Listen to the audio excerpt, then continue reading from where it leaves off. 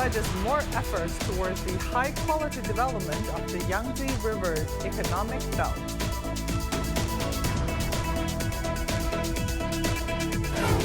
China's foreign minister has called on China, Japan, and South Korea to play a more proactive role in promoting regional and global development at a meeting held in South Korea's Busan.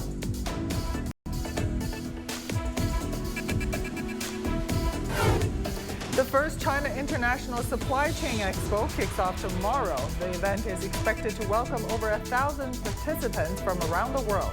We'll give you a sneak peek. Welcome to Global Business here on CGTN. I'm Xia Vandenberg in Beijing. Our top story, Chinese President Xi Jinping chaired a meeting of the Politburo of CPC Central Committee on the development of China's Yangtze River Economic Belt. During the meeting, it was said that since the blueprint for the economic belt was unveiled, progress has been made in various areas, including ecological conservation and regional integration. The meeting also pointed out that the region's high-quality development hinges on the healthy ecological environment of the Yangtze River Basin. It required governments at all levels to protect ecosystems, work with each other in decarbonizing industries, reducing pollution, and boosting growth. It also called for more innovation in emerging arenas, further integration of innovation chains in the region, and modernization of the region's industrial and supply chains. The meeting stressed the importance of industrial layout along the Yangtze and the region's strategic position in connecting both domestic and international markets. And it urges the 11 provinces and municipalities of the economic belt to better integrate and coordinate their efforts in ecological conservation, growth opportunities, transportation, and market-oriented reforms. It also called for a balance between development and security and improvement in policy implementation and supervision. Official data shows that the region covers 40% of the country's population and accounts for over 40% of China's GDP. The meeting also deliberated a set of guidelines on CPC leadership over foreign affairs. The meeting urged the formulation of a comprehensive system of laws and regulations regarding foreign affairs. China's Yangtze River Economic Belt is an economic powerhouse and a vital source of drinking water for millions. One critical aspect of restoring its ecological health is improving the ability to deal with wastewater.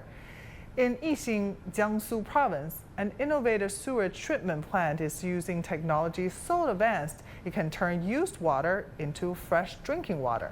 Take a listen. This cup of coffee is made from wastewater. I heard from friends that you can find coffee made from sewage here. I was curious about it. I think the taste quite good. The coffee smells good. You might be skeptical about the idea of drinking water that used to be sewage, swirling down in your kitchen sink or even toilet. But rest assured, the technology used here will make sure that water is safe to consume.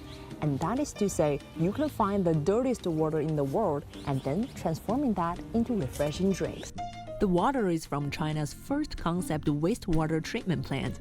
From the outside, it's difficult to tell if it's artistic architecture or a sewage plant.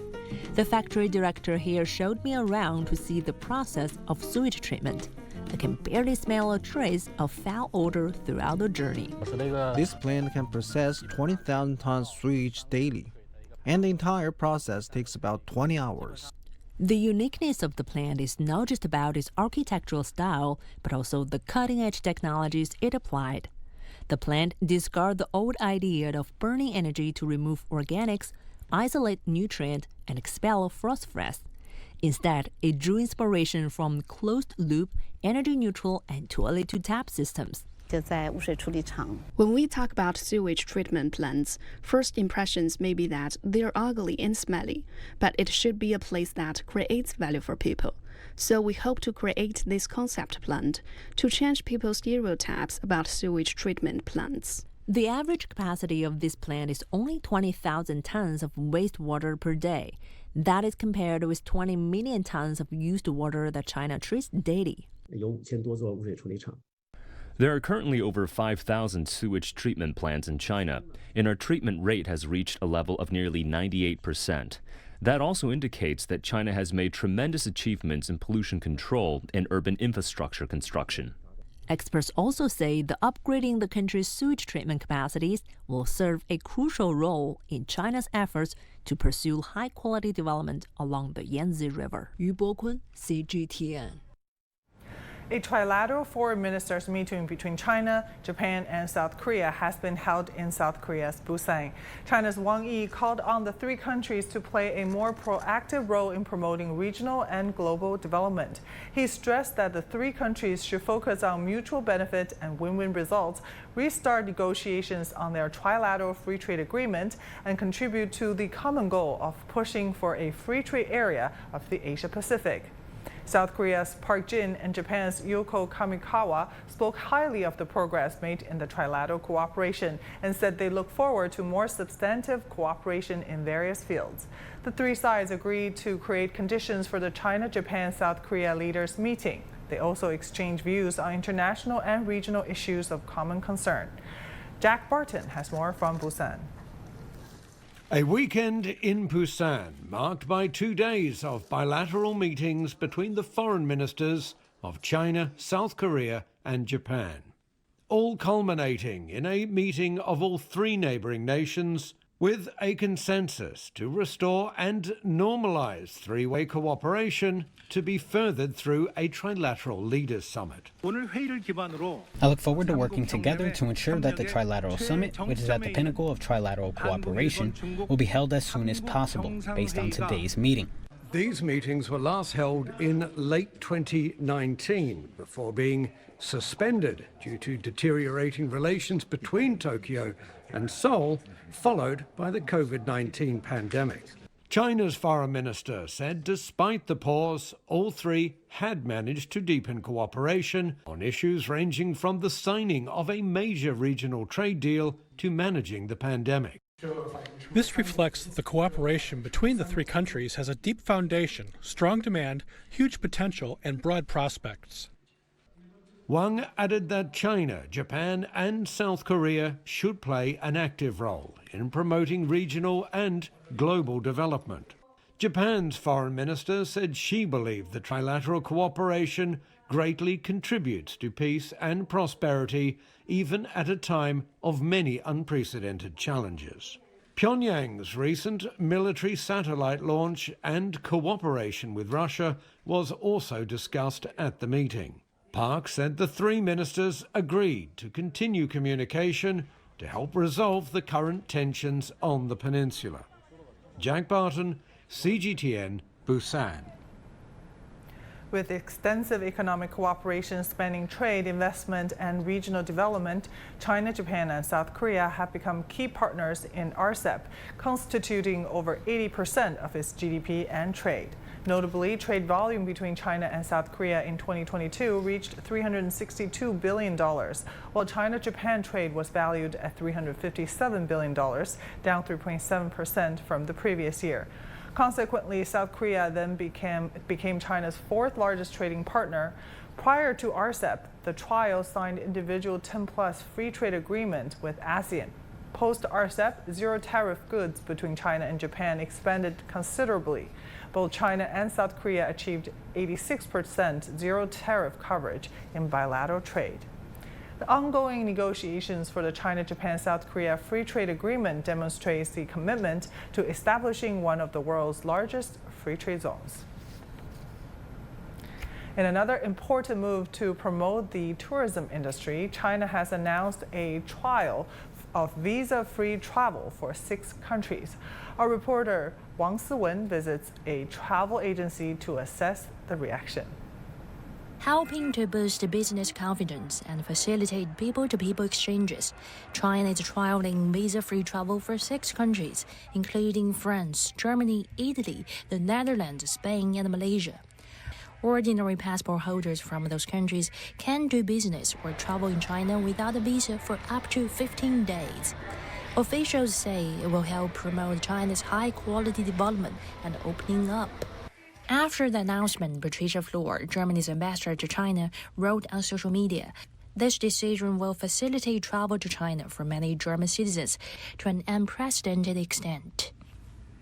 French Foreign Minister Catherine Colonna wrote an excellent new announcement on the occasion of my visit from my counterpart Wang Yi. Earlier, China's inbound tourism policies were further relaxed. China's 72 or 144-hour transit visa-free policy has been extended to 54 countries. The visa application process for foreigners wanting to come to China will also be simplified, aiming to have more international visitors. 所以免签呢，对入境应该说是促进作用非常大的。 Visa-free arrangements have a great effect on promoting inbound travel. We currently ain't involved much in inbound travel, but as the market continues to open up, we will increase our business in this area. With the improvements in tourism resources, I believe there will be more and more inbound tourists. 大力去推的啊。 Malaysia is also granting 30-day visa-free travel for Chinese citizens starting December 1st. As more beneficial policies released for tourism industry, travel agencies show confidence in the market and release new packages for consumers. 年只能说是疫情后出境游的元年。 This year's outbound travel starts from zero, especially after August. The entire tourism industry has been more excited. Everyone is working hard on overseas resources. Now it seems that New Year's and Spring Festival will be quite popular. At present, the Aurora viewing products in Northern Europe during the Spring Festival have been mostly sold out. Other tours like in Australia, New Zealand, and the Middle East and Africa, the Belt and Road countries, and countries like Sri Lanka are quite popular too. 地接资源其实也是非常紧张的。 With the festivals coming up, travel agencies look forward to having a busy season ahead. Wang Siwen, CGTN, Beijing. Now, for more discussions on the visa-free travel, let's bring in Du Jiayi, Research Fellow at Shanghai University of International Business and Economics. Professor Du, so this is certainly great news, especially for people from France, Germany, Italy, and the Netherlands, Spain, and Malaysia doing business in China. What impact will this visa-free trials have on investment and other economic cooperation between China and these countries? Yes, we can see this decision emphasize our commitment to fostering cross-border exchanges and promoting high-quality development in services related to the movement of people. The lifting of visa requirement underscores China's commitment to facilitating global travel and engagement. The Chinese government aims to attract international visitors and investors by simplifying entry procedure since the beginning of this year, and the new visa-free access is anticipated to facilitate travel for foreign investors. This move aligns with China's broader strategy to attract foreign investment and strengthen economic ties. This is definitely intended to contribute to the high-level opening up of China to the outside world. Combined with previous initiatives by the Chinese government, including a comprehensive plan to address concerns about doing business in the country, China is creating a better investment environment, which will benefit those countries who have economic cooperation with China. And why do you think China is trialing visa-free travel? And is it likely that this policy will be extended to include more countries in the near future? Yes, the time of the visa-free announcement is noteworthy as it precedes the meeting between Chinese Foreign Minister Wang Yi and the French counterpart. Dialogue and awareness to overcome challenges together represent the way for economic and trade ties to develop and upgrade further. We can notice that 5 of these 6 countries are EU countries. Indeed, as far as world peace and global economic development are concerned, better engagement and cooperation between China and the European Union has become increasingly important. China hopes that the EU will work together with China to support and practice multilateralism and solve the differences that have come to the fore in our relations. This move is part of China's further opening up, showing its resolve to further integrate with the world system by promoting personal exchanges. With the EU-China summit coming soon, there's the possibility for the visa-free policy to be extended to more EU countries. Mm-hmm. And how significant do you think this move is, and what effect do you anticipate this will have in terms of cultural and also people-to-people exchanges between China and these 6 countries? Yes, the move comes as part of our border efforts to open the borders and encourage people-to-people exchanges. It aims to foster and promote cultural exchanges and establish friendship between China and visitors from around the world. It has triggered a surge in online searches of flights and tour products, reflecting the enormous potential of China's inbound tourism market. The recovery of inbound tourism is relatively slow compared to that of domestic and outbound tourism. This policy is a very encouraging policy, as it takes a big barrier confronting the recovery of inbound tourism market. It emphasizes the significance of foreign tourist spending power in driving China's real economic growth and employment. China is a traveling powerhouse with rich history, culture, and breathtaking landscape. China boasts natural beauties. China cuisine is famous worldwide. That's why we need more cultural and people-to-people exchanges to show world the real China. Yeah, thank you so much for your insights. Really appreciate your time. Du Jiayi, Research Fellow at Shanghai University of International Business and Economics for us. You're watching Global Business, still to come. The first China International Supply Chain Expo kicks off tomorrow. The event is expected to welcome over 1,000 participants from around the world. We'll give you a sneak peek when we come back.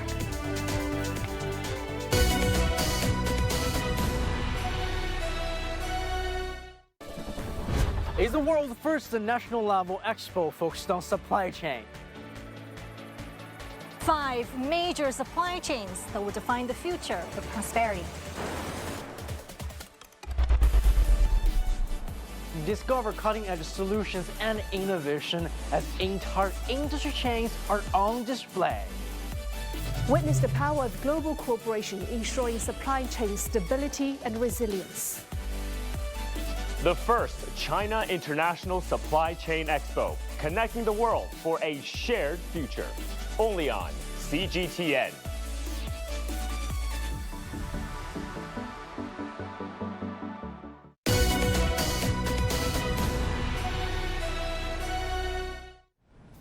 Profits at China's industrial firms extended gains for a 3rd month in October in a sign of strong economic recovery. Data from the National Bureau of Statistics shows that the industrial profits increased 2.7% in October on a yearly basis, achieving 3 consecutive months of growth.